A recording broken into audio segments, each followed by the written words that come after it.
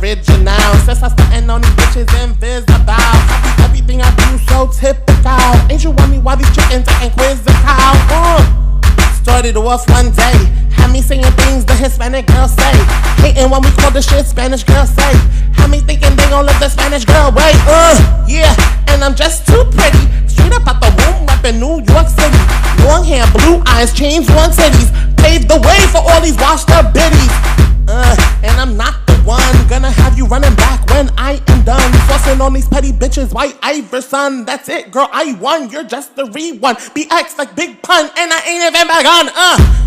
That all ain't making money off the shit I did 4 years ago. Fuck out of here, like what y'all thought this was? I'm coming back for my town. Fuck out of here, yeah. What's good? What up, everybody? It's your girl Adaloso, just in case you didn't know. So, what's good, everybody? What's good? It's your boy DJ SJ614, and we are the New York Dose, joined by our main guest host. What up? It's your girl Synead, aka Siddles. And I don't think it's just me today, is it? No, we got another guest. ay. How y'all doing out there, man? It's Cito Blanko Synead. Ay, papi chulito. That's spicy. I like that. The New York Dose is a weekly podcast run by a team of multicultural millennials, bringing you pop culture chit-chat, current events, and a dose of New York City. This show is comprised of 3 main sections that are broken up into smaller segments. The main sections are Empire State of Mind, the Subway, and Times Square. If you hear anything you like, use the hashtag TNYD or mention us at the New York Dose so we can converse with you.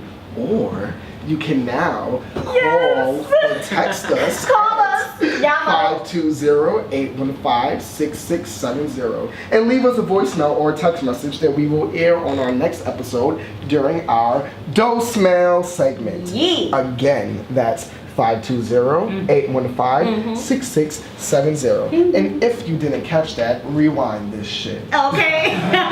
So let's jump straight into the Subway segment, and this segment is correlates with the NYC New York City train line. And since we have our guest Cito in the building, you're gonna ride this train with us. So let's jump straight onto the G train, which is our guest train. We're gonna know all about you right now. Ow. Yeah. I'm happy. I just bought an unlimited Metro card yesterday. So You ready to make them transfers? that's a whole fact. You know what I'm saying? Yeah, check you out. Anyway, my name is Cito Blanko. I'm a poet. Well, some people call me a poet. I'd say I just talk my shit, but Yes. I'm just saying like I'm a wordsmith from the Bronx that like want to talk about political Wait, issues. where you from? Where you from? From the Bronx. Okay, that means uptown, right?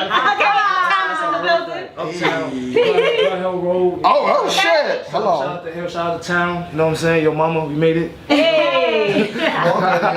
Nah, but I would just say like more. I like to speak the truth and speak like what is known to the world that we talk about, but we don't necessarily air it out. I feel like the truth is something that's like underlined too much, and I feel like my words create a common denominator where we can all have that conversation. Now, you may not like it, you may love it, but regardless of the fact, you gotta go home, look yourself in the mirror, and ask yourself, what did I do to make this world better or worse every single day? Okay. And I feel like that's just what I try to do. Tell them. While I'm drinking Henny, by the way. Huh? Wait, this is not this is. No, I'm just saying. He just saying life. Oh, and then.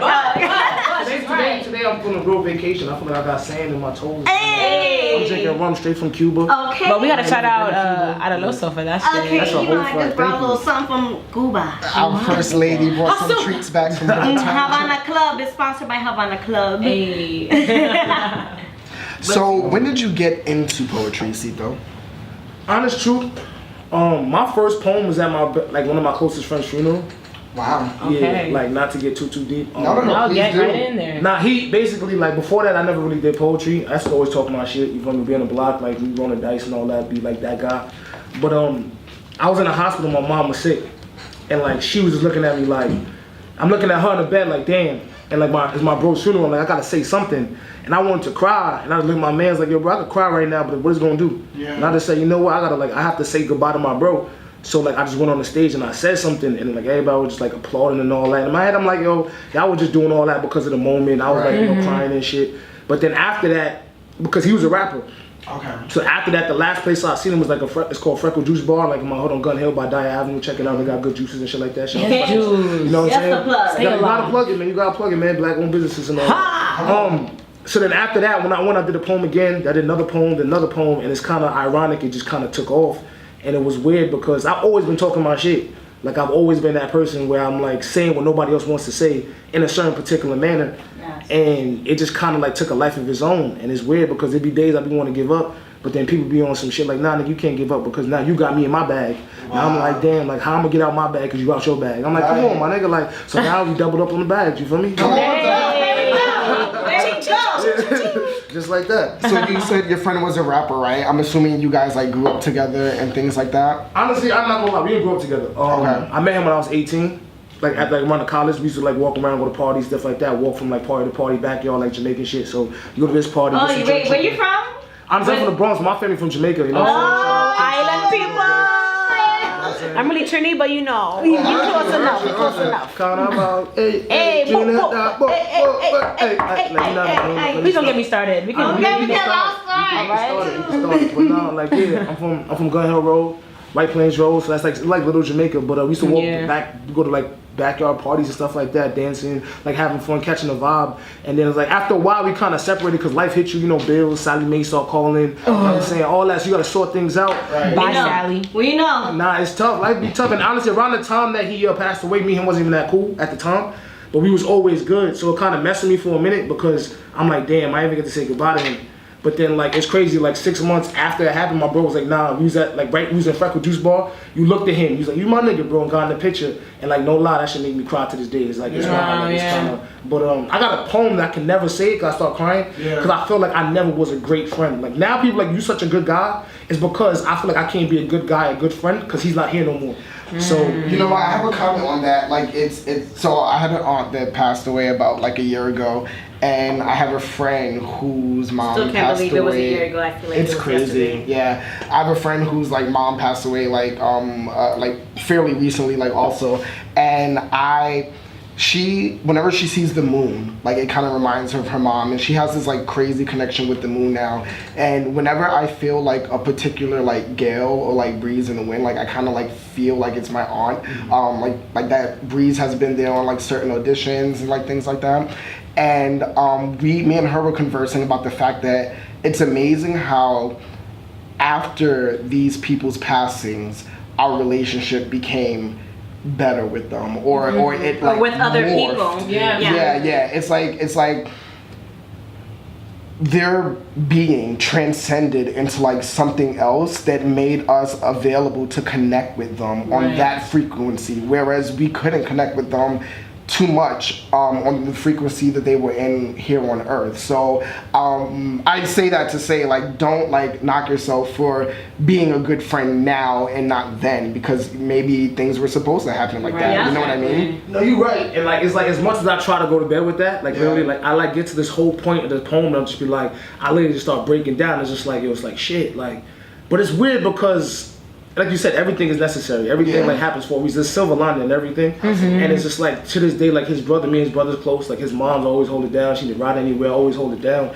And sometimes it's just like life has a weird thing. I think on J. Cole album, he's like, is it that we have a problem dealing with pain or our expectations for life is wrong? It's kind of like we're all gonna die. You know what I'm saying? So, but when it happens, we're like, damn. But it's kind of like, nigga, you been knew that. Like, you know what I'm saying? So sometimes you start to wonder, like, it makes me live every day more. Like, you know what? I did, like, at one point, I didn't forget, like, when he passed away. Sounds like it was fairly recent. Or are you older than you look? Nah. Well, because you said that you met in high school, right? Like 18. Yeah, so now I'm all fucked up now in my head. Nah, he passed away going on 3 years now. So this was fairly recent. Yeah, it's recent. Okay. Which means that you also got into poetry fairly recent. Yeah, I'm only in poetry probably 2.5 years just writing. You better, because I've seen you perform. But a year and a half I've been taking it like serious. That's amazing. Yeah. But the things I always been talking about shit. Like, you ever seen that football dude that's in the middle, like whose house is this and all that shit? That was me. Like, I was the captain of the football team, played college football. I was always the dude that got on the block. I'm cutting ass. Like, y'all making dudes want to come back and fight me because I violated them. Like, I was that guy. But then I learned. He made me look at life more positive. Like now. Nice.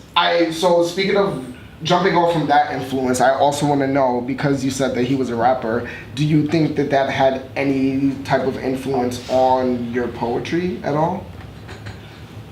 You can say no. Subconsciously, yeah. Yeah. But consciously, I didn't say I'm a right because he passed away. But subconsciously, I would have to say that because it's like I don't feel like it's just me. Like I feel like every single one of us, like it was 6 of us. Like it's still 6 of us, but now it's like we all we all got a piece of him in us. You know what I'm saying? Like since you know friends. Okay. Yeah, and friends. So it's like even like every time we even have this accountability meeting. We meet up on Sundays and stuff like that. Yes, accountability meeting. Yes. Can we start having that every week? Okay. So what does this consist of? Honestly, it's 5 friends. We sit down. We got a book we're supposed to read for the week. We got at first we started with the credit score. Like that joint messed me up. I ain't gonna lie. I was like, damn. Sally You checking on your credit score? Because honestly, we was this is real. we want to buy. He was like, yo, we want to buy prop. Like we don't want to just talk. We want to live it. So we want to live that lifestyle. It's more like, yo, forget the dream. What's the goals? Yeah. You know what I'm saying? How do we make this happen? So in that it's kind of like every time we get down, it's like, yo, bro, we gotta do it for Steve-O, man. And so it's kind of, his name is Steve-O De Niro. That's his rap name, but it's wild because he passed away on New Year's. I'm not sure if you heard about it. He got crushed by this elevator. Wait, what? He got crushed by an elevator. He was saving his old. I would have to call it like the Cito style, but the reason why I say that is because like all that poetry shit is like new to me. Like the whole snaps and the quietness. Like I'm from an environment where it's like, yo, if you're not talking a certain way, nobody gonna listen to you. Yeah. And I started off doing rap shows, so you know how it is in New York. Like they in their phone, they not trying to hear nothing. So to me, not easily impressed. Yeah, far from that. So it's like in my head, I was like, all right. Your conscience probably not gonna listen to me. Your body not gonna listen to me. Motherfucker, your soul gonna listen to me. Exactly.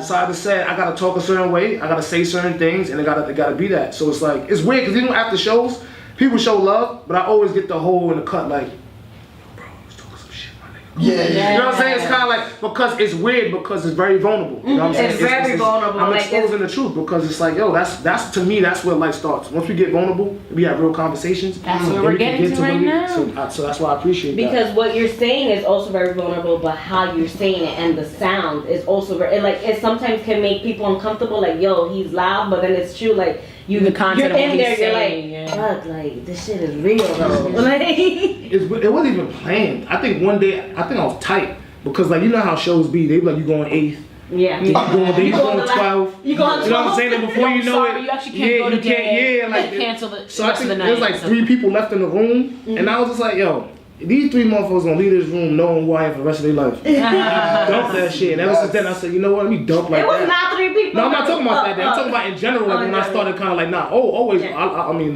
Writers League always show out. Yeah. There's always a vibe. They need some ACs, but there's always a vibe. That was hot as hell up in there, I ain't gonna lie. Hey, yo, summertime. Yo, we gonna walk away from here saying that shit too. I'm like, yo, that New York Dope shit was lit, but they need an AC in that bitch. We drinking, that was good. That's a whole that good rum. Okay. You touched on this a little bit, but I just want to like make it solid. What effect do you want your audience to walk away with? Like, how do you want them to walk away after a performance by Cito? Yes. Yeah.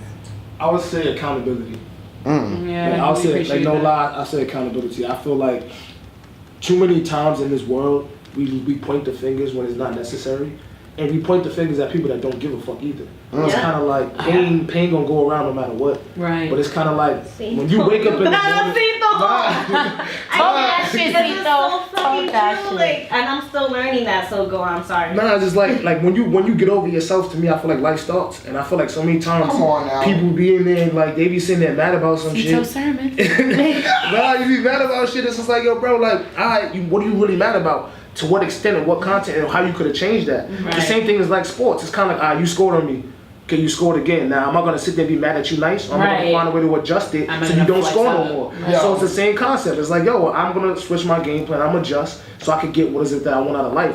Like, the world ain't going to change, so you got to change. So I'm gonna bring this up again. I brought it up briefly with Synead last week, but this is that whole circle of concern, circle of influence thing. Yes. Yeah. I highly encourage people to look into that because you will just reshape the way that you think once you know that whole theory. But Cito, you're talking a lot about accountability, right? And I realize that, that ties in with your group of friends. You want your audience to walk away with accountability.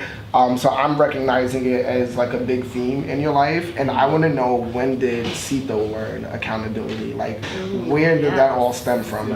Honestly, it's still a learning process. Of course. Because I'll be fucking my money up all the time. It's still a learning process. But I feel like in a Jamaican household, like prime example with the coasters, it's like, yo, after a while, like certain things get drilled in your head. Like I got 2 strong women that raised me, my mother and my sister. Like they made sacrifices for me to be who I am. That matriarchal society will fix you right. That's a whole fact. Okay. So it's like sometimes it's like once it's bigger than me, now it's like, yo, like my mom made sacrifices. She came here 18 from Jamaica.